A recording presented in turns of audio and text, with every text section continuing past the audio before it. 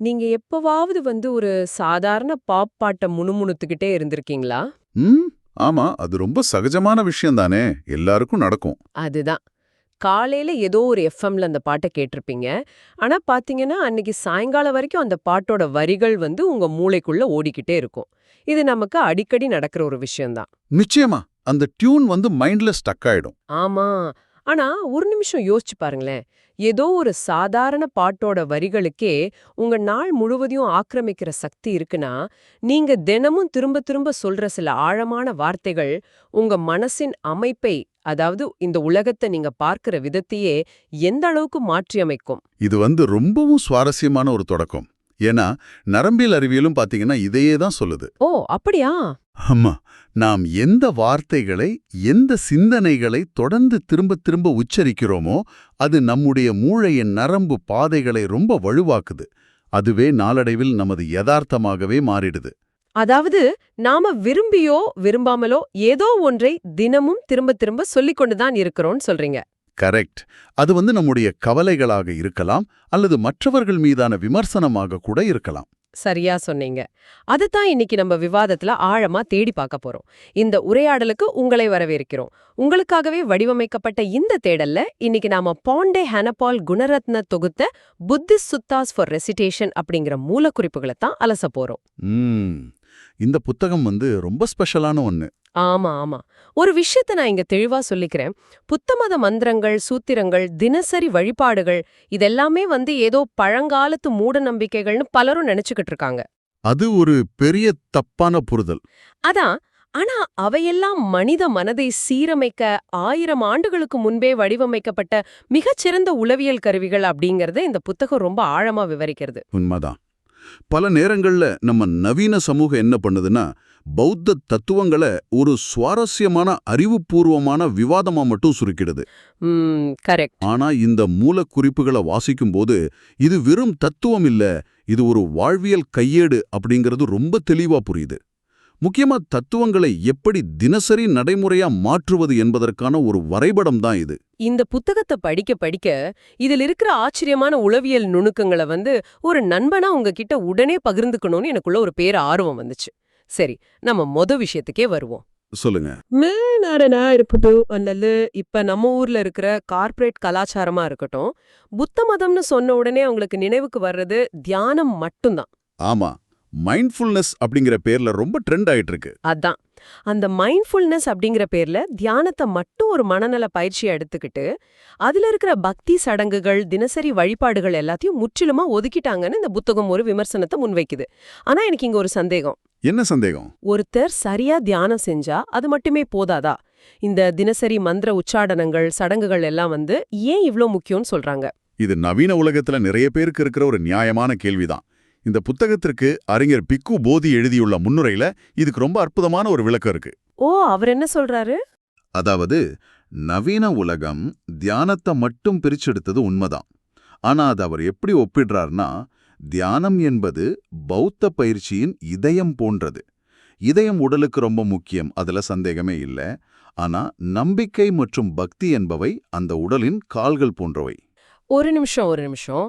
இதயம் இருக்கு, ஆனா கால்கள் இல்லன்னா என்ன நடக்கும்னு கேக்குறீங்களா? ஆமா, அதேதான்.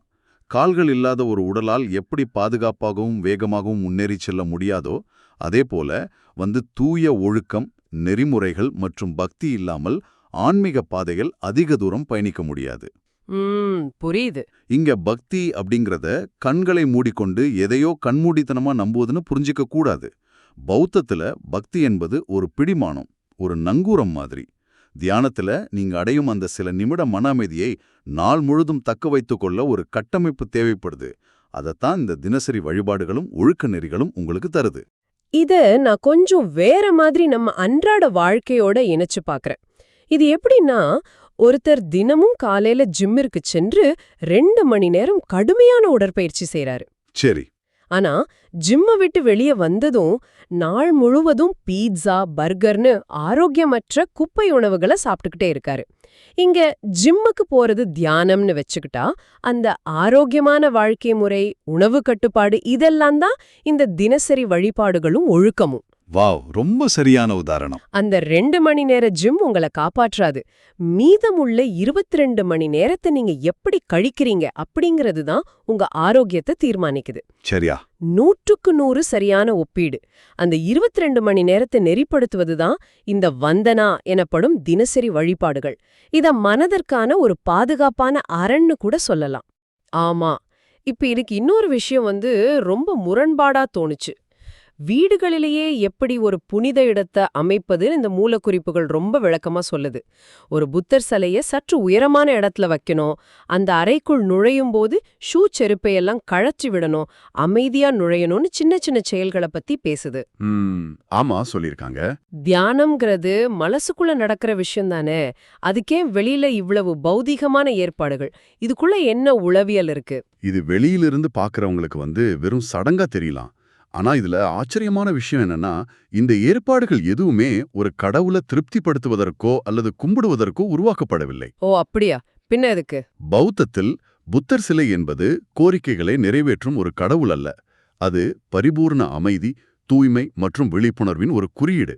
நீங்க உங்க வீட்ல அப்படி ஒரு தனி இடத்தை அமைக்கும்போது உங்க மூளைக்கு ஒரு எல்லைய வகுக்கிறீங்க.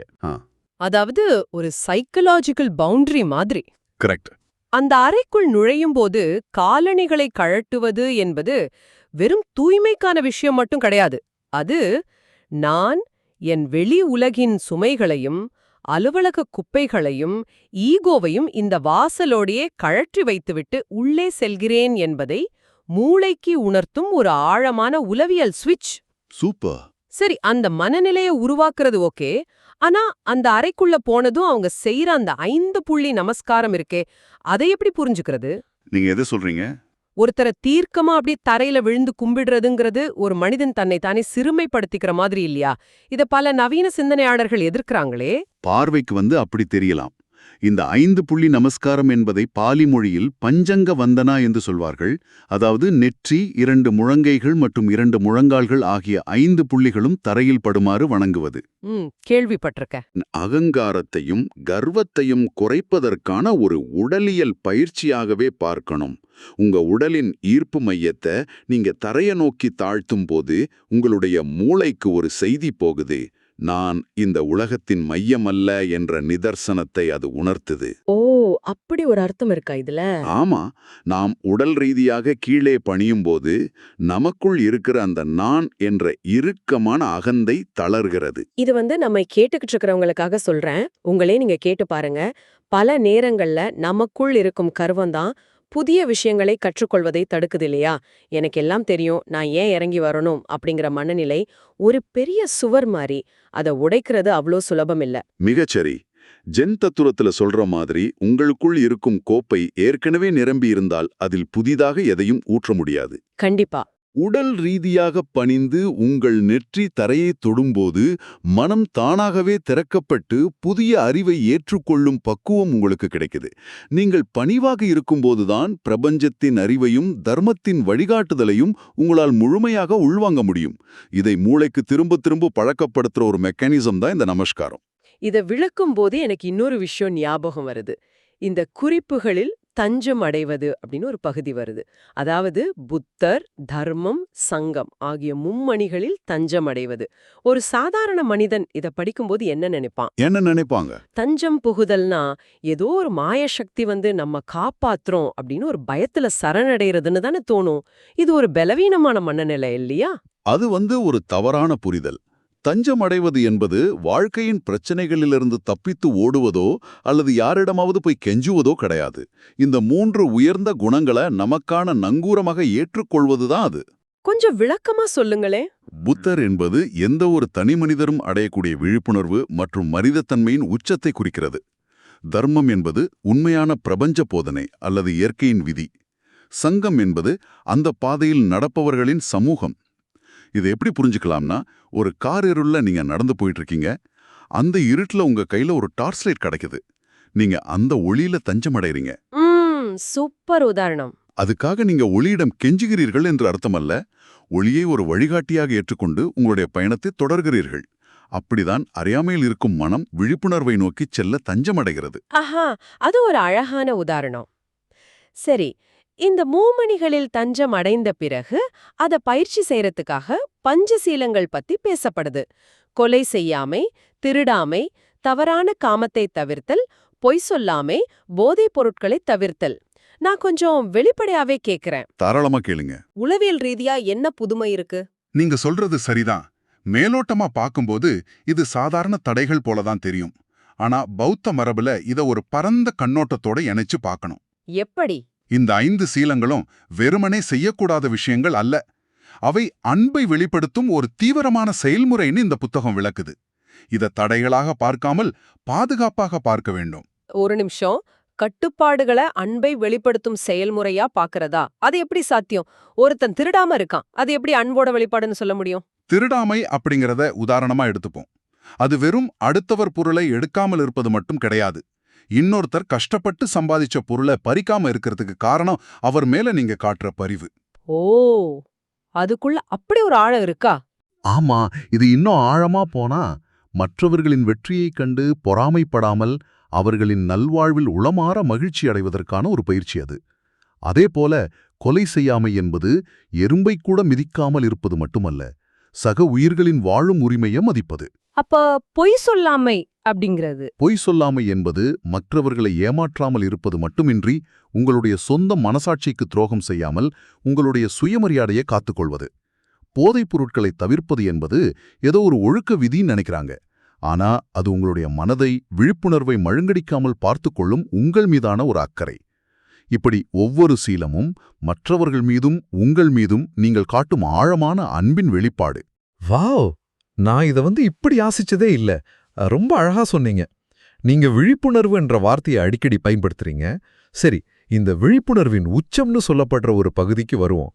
உன்னத என்புத்த வழியின் மையப்பகுதியான மகாசதிபட்டான சூத்தம் பற்றி நாம் பேசியே ஆகணும். ரொம்ப முக்கியமான பகுதி அது.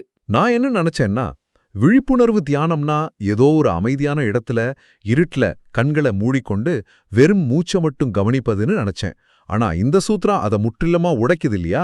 ஆமா, மகாசதிபட்டான சூத்தம் பௌத்த தியான முறைகளின் மிக முக்கியமான, மிக நுணுக்கமான ஒரு வழிகாட்டி.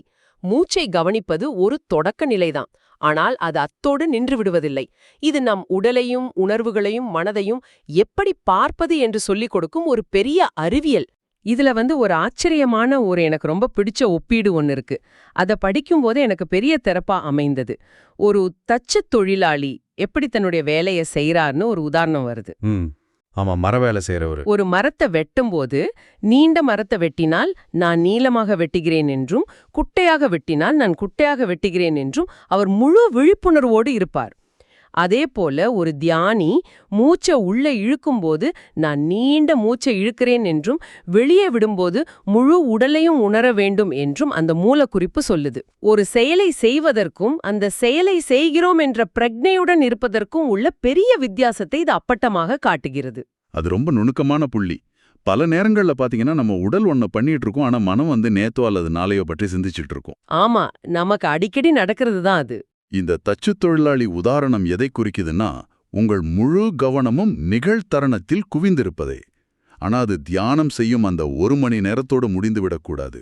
நடப்பது, நிற்பது, உட்காருவது, ஆடை அணிவது, சாப்பிடுவது, ஏன் சிறுநீர் கழிப்பது வரை அன்றாடம் நடக்கும் ஒவ்வொரு சிறு செயலிலும் இந்த முழுமையான விழிப்புணர்வோடு இருக்க வேண்டும் என்று இந்த சூத்திரம் அழுத்தம் திருத்தமாக வலியுறுத்துகிறது. ஒரு நிமிஷம். சாப்பிடுவது, நடப்பது, சரி, இதெல்லாம் விழிப்புணர்வோடு செய்யலாம். சிறுநீர் கழிப்பதிலெல்லாம் விழிப்புணர்வா? மனிதர்கள் செய்யும் மிக சாதாரணமான இயற்கையான விஷயங்களில் கூடவா இந்தளவு கவனம் தேவை? இது ரொம்ப அதிகப்படியா தோணலையா? மேலோட்டமா பார்க்கும்போது அப்படி தோன்றும். ஆனா இதோட ஆழமான காரணம் என்ன தெரியுமா? நாம் அன்றாடம் செய்யும் மிக சாதாரணமான தானியங்கிச் செயல்களை விழிப்புணர்வோடு செய்யும்போதுதான் நமக்குள் இருக்கும் அந்த நான் என்ற நிரந்தரமான மாயை உடைகிறது. நான் என்ற மாயை உடைகிறதா? கொஞ்சம் விளக்கமா சொல்லுங்களேன். இப்ப உங்க கைய நீங்க தூக்குறீங்க, நான் என் கைய தூக்குகிறேன்னு நினைக்கிறீங்க.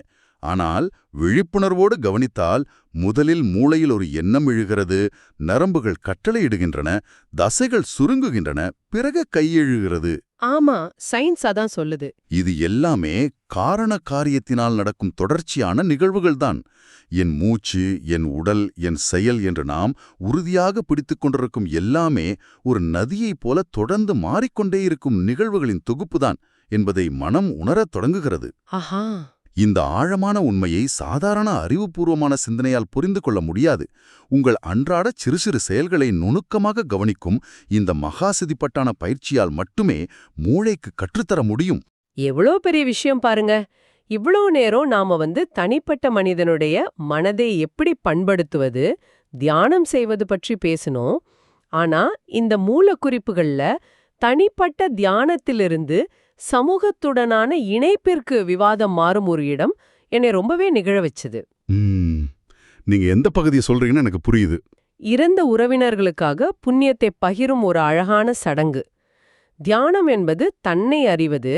ஆனால் இந்தச் சடங்கு நம்மை சுற்றியுள்ள சமூகத்தோடு, முக்கியமா இறந்தவர்களோடு நம்மை இணைக்கிறது. ஆமா, பௌத்த மரபுல இது ஒரு மிக முக்கியமான சடங்கு. கிழக்கிய தத்துவங்களில் மரணத்தின் மூலம் வரும் துயரத்தை கையாளுவது என்பது ஒரு தனிமனித பிரச்சனை அல்ல. அது ஒரு சமூகத்தின் கூட்டு பொறுப்பு. இதை வெறும் மதச்சடங்காக பார்க்காமல் அதன் உளவியல் பின்னணியை நாம் பகுப்பாய்வு செய்ய வேண்டும். இந்த சடங்கை எப்படி செய்றாங்கன்னு படிச்சேன். ஒரு தேநீர் கோப்பையிலிருந்து தூய்மையான நீரை ஒரு சிறிய கிண்ணத்தில் வழியும் வரை மெதுவா ஊற்றுவார்கள். அந்த வழிந்து ஓடும் நீர் கீழே வைக்கப்பட்டுள்ள ஒரு பெரிய கிண்ணத்தில் சேகரிக்கப்படும். இத பார்க்கவே ஒரு கவிதை மாதிரி இருக்கு. ஆனா இதை எப்படி உளவியல் ரீதியாக அணுகுவதுன்னு நீங்க விளக்குங்களேன். இதில் இருக்கும் ஒவ்வொரு பொருளும் ஒரு குறியீடு. இங்கே அந்த தூய்மையான நீர் என்பது வாழ்க்கையையும் புண்ணிய செயல்களையும் குறிக்கிறது. தண்ணீர் எங்கு இருக்கிறதோ அங்கு செழிப்பும் உயிரும் இருக்கும். சரி, அந்த சிறிய கிண்ணம்? அந்த சிறிய வெறும் கிண்ணம் என்பது இறந்தவரின் மனதை குறிக்கிறது. நீர் நிரம்பி எப்படி வெளியே வழிகிறதோ அதே போல நாம் வாழும் காலத்தில் செய்யும் நற்செயல்களின் புண்ணியம் அந்த இறந்தவரின் மனதை மகிழ்ச்சியால் நிரப்பும் என்ற நம்பிக்கையை இது குறிக்கிறது. கீழே இருக்கும் பெரிய கிண்ணம் என்பது இந்த ஒட்டுமொத்த பிரபஞ்சத்தை குறிக்கிறது. வாவ், ரொம்ப அழகான விளக்கம். நாம் செய்யும் சிறு நற்செயல்கள் இறந்தவர்கள் மூலமாக இந்த பிரபஞ்சத்தையே சென்றடைகிறது அப்படிங்கிற ஒரு ஆழமான இணைப்பு இது. அவர்கள் எங்கிருந்தாலும் இந்த செயலின் மூலமாக அவர்களுக்கும் நமக்குமான ஒரு நேர்மறையான தொடர்பு நிலைநிறுத்தப்படுகிறது. இத நான் படிக்கும்போது எனக்கு தோன்றிய உள்ளுணர்வு என்னன்னா, மனிதர்கள் தங்கள் துயரத்தை கடந்து வரவும், தங்களை சுற்றியுள்ள பிரபஞ்சத்தோடு ஒரு அமைதியான தொடர்பை உருவாக்கிக் கொள்ளவும் கண்டுபிடிக்கப்பட்ட மிகச் சிறந்த உளவியல் சிகிச்சை முறை இதுன்னு தோணுது. நமக்கு நெருக்கமானவர்களை இழக்கும்போது நமக்குள்ள ஒரு குற்ற உணர்வு வரும், அல்லது இனி அவங்களுக்காக நான் எதுவுமே செய்ய முடியாதேன்ற ஒரு ஏளாமை வரும் இல்லையா? அந்த வலியையும் குற்ற உணர்ச்சியும் இந்த நீரூற்றும் செயல்பாடு ஆற்றுப்படுத்துகிறது. நிச்சயமா, மரணம் என்பது ஒரு முழுமையான முடிவல்ல. அது இயற்கையின் சுழற்சி என்பதை எந்த ஒரு அதிர்ச்சியும் இல்லாமல் ஏற்றுக்கொள்ளும் மனப்பக்குவத்தை இது ஒருவருக்கு தருகிறது. அதே நேரம் உயிருடன் இருப்பவர்களுக்கு ஒரு ஆழமான அமைதியையும் இறந்தவர்கள் பெயரால் மேலும் பல தர்ம வழியில் நடப்பதற்கான உத்வேகத்தையும் அளிக்கிறது. இது தனி மனித சோகத்தை உலகளாவிய அன்பாக மாற்றும் ஒரு அற்புதம். உடலால் தரையில் விழுந்த அகங்காரத்தை அழிப்பதில் தொடங்கி அன்றாட வாழ்க்கையின் ஒவ்வொரு நொடியிலும், ஏன் நடப்பது, உண்வது போன்ற சின்ன சின்ன செயல்களிலும் விழிப்புணர்வோடு இருப்பது, இறுதியாக மரணத்தை கையாளுவது வரை இந்த பௌத்த சூத்திரங்கள் நமக்கு ஒரு முழுமையான வாழ்க்கை வழிகாட்டிய வழங்குகிறது. ஆரம்பத்துல நாம பேசின அந்த பாடலின் வரிகள் ஞாபகம் இருக்கா? நாம் திரும்ப திரும்ப எலை மனதிற்குள் அனுமதிக்கிறோமோ அதுவே நம் மனதின் வடிவமாக மாறுகிறதுன்னு பார்த்தோம். வித்தியாசம் உள்ளது. அப்படி தினமும் உச்சரிக்கும் போது அது நமது மனதின் கட்டமைப்பையே மாற்றிவிடும் என்று மூலக்குறிப்புகள் ஆணித்தரமாக கூறுகின்றன. இது உங்களிடம் ஒரு முக்கியமான கேள்வியை எழுப்புது. கொஞ்சம் நிதானமா யோசிச்சு பாருங்களேன். நீங்களும் தினமும் ஏதோ ஒன்றை திரும்ப திரும்ப சொல்லிக் கொண்டுதான் இருக்கிறீர்கள், அல்லது கேட்டுக்கொண்டுதான் இருக்கிறீர்கள். அது உங்கள் மொபைல் ஸ்கிரீனில் நீங்கள் மணிக்கணக்கில் பார்க்கும் நெகட்டிவான செய்திகளாக இருக்கலாம், உங்களை சுற்றியுள்ளவர்களின் எதிர்மறை பேச்சுகளாக இருக்கலாம், அல்லது உங்களை பற்றி நீங்களே உங்கள் மனதுக்குள் சொல்லிக்கொள்ளும் குறைகளாகவோ பயங்களாகவோ இருக்கலாம். அந்த தினசரி உச்சாடனங்கள் உங்களுடைய மூளையின் நரம்புகளை எப்படி செதுக்கிக் கொண்டிருக்கின்றன? அவை உங்கள் மனதை எந்த திசையில் வடிவமைக்கின்றன? ரொம்ப முக்கியமான கேள்வி இது. ஆமா, உங்களுடைய யதார்த்தத்தை நீங்கள்தான் செதுக்கிறீர்கள் என்றால், நாளை காலை எழுந்ததும் எந்த வார்த்தைகளை நீங்கள் உங்கள் மனதின் மந்திரமாக மாற்றப் போகிறீர்கள்? இந்த ஆழமான சிந்தனையோடு உங்களை விட்டு செல்கிறோம். இந்த தேடலில் எங்களோடு பயணித்த உங்களுக்கு நன்றி. கண்டிப்பா அனைவருக்கும் நன்றி. இவ்ளோ நேரம் பொறுமையா கேட்டதுக்கு ரொம்ப நன்றி. இந்த தமிழ் வாய்ஸ் ரீட்ஸ் சேனல் எவ்வித மானிட்டைசேஷன் இல்லாம தான் நடக்குது. இந்த ஆடியோ புத்தகம் உங்களுக்கு பயன் தருது என்று நீங்க நினைத்தால் இந்த முயற்சி தொடர்ந்து போக உங்க ஆதரவு மிகவும் உதவும். என்னுடைய இந்த முயற்சிக்கு நன்கொடை அளிக்க விருப்பம் இருந்தால் டிஸ்கிரிப்ஷன்ல கொடுக்கப்பட்டுள்ள UPI ID மூலம் வழங்கலாம். உங்களால் முடிந்த அளவு போதும். சிறிய ஆதரவும் பெரிய உதவிதான். இந்த வீடியோ உங்களுக்கு பயனுள்ளதாக இருந்தால் சப்ஸ்கிரைப் பண்ணுங்க. மற்றவர்களுக்கும் பகிர்ந்து கொள்ளுங்கள். இந்த கருத்துக்கள் அவர்களுக்கும் தேவையாக இருக்கலாம். லைக் பண்ணுங்க. உங்க கருத்துக்களை கமெண்ட்ல பகிருங்க. மனப்பூர்வமான நன்றி.